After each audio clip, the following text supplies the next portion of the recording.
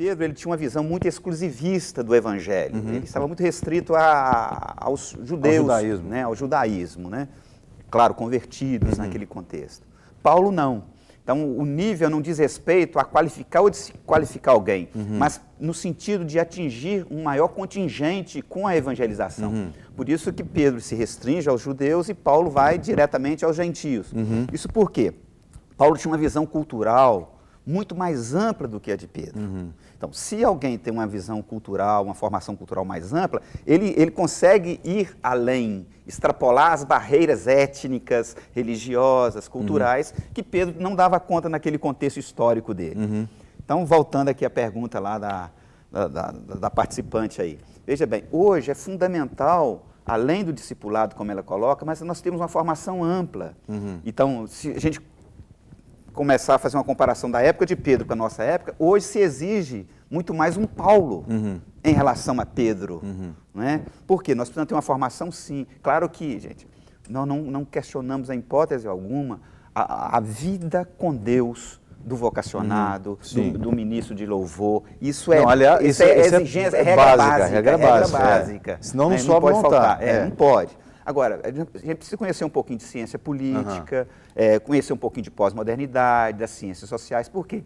O pastor, ele lida com seres humanos convertidos na sua integralidade. É um ser humano que vive dramas existenciais. Aí eu preciso fazer uma leitura social. Por que está acontecendo isso? Hoje, por psicológica exemplo, também, psicológica, né? Emocional. Então, a formação, por isso que o preparo acadêmico, ele não é, às vezes, suficiente se ele ficar só mesmo enfocando a teologia. Tem de fazer uma inter-relação com outros campos científicos. Então, eu penso que sim. Eu penso que não só Deus escolhe ou permite que essas coisas aconteçam na nossa vida, como, de fato, Ele produz essas coisas na nossa vida. Eu creio que Ele nos prepara, assim como já foi citado o texto que Deus escolheu os seus antes do nascimento, lá no ventre. Deus tem uma visão eterna, nós temos uma visão temporária. Então eu penso que todas as coisas contribuem sim para o bem daqueles que amam Deus e para o bem daqueles que vão pregar e vão servir no Evangelho. Então Deus nos prepara a cada instante, e cada um na sua experiência, cada um na sua realidade. O Senhor nos prepara e nos chama para exercer esse papel de pastorado, seja em qualquer outro tipo de ministração, Deus nos prepara sim. Então, nós temos que preocupar em formar líderes com uma cosmovisão mais ampla possível. Creio que sim, e penso que até nessas relações, psicologia, sociologia, filosofia, todas essas matérias são importantes e ferramentas preciosas para o ministério. Mas, obviamente, não são fundamentais, porque fundamentais é a palavra e é o Espírito de Deus. Que a própria palavra diz que a pregação é loucura para muitos, mas é salvação e é poder para aquele que crê. Então são ferramentas que nos ajudam a entender o outro, a saber discernir se algo talvez é espiritual ou não, ou se precisa de um outro atendimento, de uma outra percepção. A própria palavra de Deus nos dá essa orientação quando diz, não adianta você falar para a pessoa, vá em paz. Se ela está passando fome, você precisa atender outras necessidades. E essa visão que o pastor colocou de que nós trabalhamos o ser como uma pessoa integral é a verdade. Não tem como a gente dissecar o que é corpo, o que é alma, o que é espírito. Nós somos uma pessoa completa. Afetou a alma, afetou o corpo. É interessante pensar na questão da cosmovisão hoje, por quê? A gente precisa entender o seguinte, a formação em qualquer área de atuação humana... Pastor, só um minutinho, cosmovisão, para quem não conhece o termo cosmovisão, é a visão de mundo que o indivíduo tem, né? Como o cara enxerga o mundo. Então, para a gente entender o tema que né? Existem regras para alguém estar no altar. Se a gente pensar num processo de transição histórico-cultural, vamos pensar em modernidade e o que a gente chama hoje de pós-modernidade, pensando no tema à luz da modernidade, a gente diria o seguinte, na modernidade, estar no altar era meramente uma questão de regra. Se você cumpre as regras, você estava habilitado a estar lá, porque o conceito de modernidade é exatamente uma construção pautada no excesso de normas. A pós-modernidade, aí que é o grande dilema nosso aqui, é o contrário, é a escassez de norma, tudo pode. A liberdade, né? Não é? Então, isso por quê? Entendendo esse processo de formação humana hoje. Então, nós precisamos agora, nós temos de equilibrar isso. Nem tudo pode, mas também não pode cercear, não é? Então, mas no contexto de pós-modernidade, estar no altar parece que não existe mais regra, não existe mais princípio. Todo mundo pode. Os dois extremos são perigosos. Então nós temos que equilibrar. Não pode ter nem o excesso de regra, nem como a escassez dela. Inclusive, só fazer uma leitura de um e-mail que chegou, que encaixa nisso que o senhor está falando, é a Joesley Malta, não sei se é ela ou se é homem, pastor Joesley Malta, ele é de, aqui do Céu Azul, em Belo Horizonte. Ele diz assim: a paz do Senhor Jesus esteja presente na tua vida. Reconheço que a preparação é muito importante, lembrando que conhecimento sem unção não vale nada no altar. Aquele que sobe ao altar deve buscar o conhecimento. Ele é importante sem jamais esquecer-se da oração e a busca da unção do Senhor. Temos visto ministros com muito conhecimento e pouca ou nenhuma unção, são apenas teólogos. Temos visto também ministros com unção, mas sem conhecimento. Ministros busquem conhecimento, mas jamais abandonem a unção e não se esqueçam daquilo que te chamou, aquele que deu uns para pastores, profetas, etc. Bom, até mesmo porque também a Bíblia fala que a letra mata, né, e o espírito vivifica. Não adianta nada você ter muito conhecimento. É um paradoxo, porque Deus fala que a falta do conhecimento faz o povo perecer, lá em Oséias, né? Mas ele diz, nós temos que continuar buscando conhecer o Senhor. Agora, buscarem conhecer o Senhor através de tudo que está à minha volta também, né? Não só na teologia especificamente, mas em todas as coisas. Mas como o senhor estava falando, voltando à questão, os dois extremos, como ele colocou aqui também, os dois extremos são perigosos. Mas como descobrir o equilíbrio? Onde achar o ponto de equilíbrio? Eu acho que o equilíbrio é sempre o mais difícil. Nós corremos atrás do equilíbrio, todo mundo quer ser equilibrado. Em tudo, né? Mas temos a tendência de estarmos ou mais ou aquém. Mas o equilíbrio é um desafio muito grande. E o equilíbrio, eu penso, pelo menos no que diz respeito ao ministério, como a pessoa que participou colocou, existe a necessidade da unção e existe a necessidade da palavra de Deus. Existe a necessidade da oração e existe a necessidade da palavra de Deus. Spurgeon, se eu não me engano, era ele que dizia que ele precisava orar como se tudo dependesse de Deus, antes de pregar. E ele pregava como se tudo dependesse dele. Então, é uma relação que a gente não sabe até onde vai, mas precisamos viver nessa dinâmica. É a medida certa, equilíbrio é exatamente a medida certa. Eu não posso nem só orar, porque eu não vivo para orar, eu oro para viver, né? Então eu preciso orar, mas eu preciso também estudar. Quer dizer, então eu vou pregar um sermão, eu vou orar para Deus me dar o sermão. Se eu não sento e não preparo, se eu não leio um comentário, se eu não dirige nosso conhecimento. Então a medida certa é o critério que Deus sempre espera daqueles que o servem, né? Então nós precisamos, agora, não é fácil realmente, a gente tem demanda diária, a gente tem lutas e mais lutas.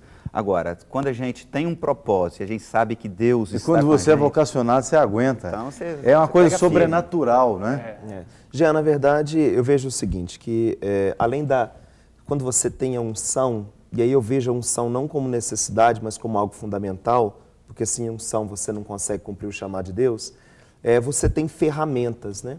E o estudo, a profundidade do estudo é uma das ferramentas, é uma das coisas que também você precisa utilizar para que você consiga passar essa unção, né? E quando você falou a respeito da cosmovisão, eu entendo o seguinte, se você tem, de acordo com a sua cosmovisão, você entende a necessidade daquele que te ouve, você quer adequar a sua linguagem à linguagem daquele que te ouve. Sim. Então, quando essa participante disse a respeito, né, do conhecimento político e etc., eu vejo que em qualquer público que você vai ministrar algo, se você pretende passar algo para essa pessoa, você precisa ter a visão dele. Como que ele percebe essa linguagem, né? E qual a linguagem você se adequa? O próprio apóstolo Paulo é alguém que nós temos exemplo aí. Faz isso muito bem. Quando ele chega em Atenas, que ele tem aquele altar, né? Ou seja, você tem alguém que tem uma percepção do ambiente, uma percepção das pessoas, uma percepção da cultura, da necessidade daquela cultura, e ele vai no alvo, ele vai no centro da necessidade daquele povo, daquela cultura, ele descobre qual é a abertura daquele povo, aonde está a abertura para que ele possa lançar a flecha daquilo que ele quer passar. Aliás, é isso que nós falamos para os missionários, né? Nós nos preocupamos demais em dizer isso para os missionários. Você vai lá para a China, você vai lá para o Oriente Médio, Então você tem que pensar do jeito que os caras pensam para você poder traduzir. Né? Mas o princípio básico é esse mesmo, foi o que Jesus fez. Né? Deus deu a lei lá em Moisés, durante anos o povo foi usando a lei, centenas de anos o povo usando a lei e não entendia nada da lei. Quer dizer, acabavam fazendo errado a lei. E Jesus veio traduzir a lei. Ó, é assim que se faz, né? Não é como vocês estão pensando. Então, o que a lei está dizendo é isso, né? E não o que vocês entenderam. Por isso que ele fala, né? Eu vim aperfeiçoar a lei, não abolir a lei. Então, Jesus veio tornar a lei aplicável, né? Então, nós temos que ter essa convicção. Então, o vocacionado, ele precisa descobrir a sua vocação e buscar uma preparação dentro, se ele entende que Deus quer usá-lo aqui ou acolá, né? Bom, eu queria já começar a agradecer a vocês e pedir que vocês fizessem as suas considerações finais. A gente vai deixar um tempinho para a Ana cantar ainda e nós temos um vídeo que a gente quer mostrar sobre um assunto muito interessante, mas dentro do nosso assunto eu já queria pedir a vocês que fizessem suas considerações finais, deixar o seu recado, né? Começando com o pastor Yuri. Pode ser. Bom, prazer participar e eu gostaria só de fechar e trazendo essa palavra de acordo com Timóteo, né? Paulo ensinando a Timóteo.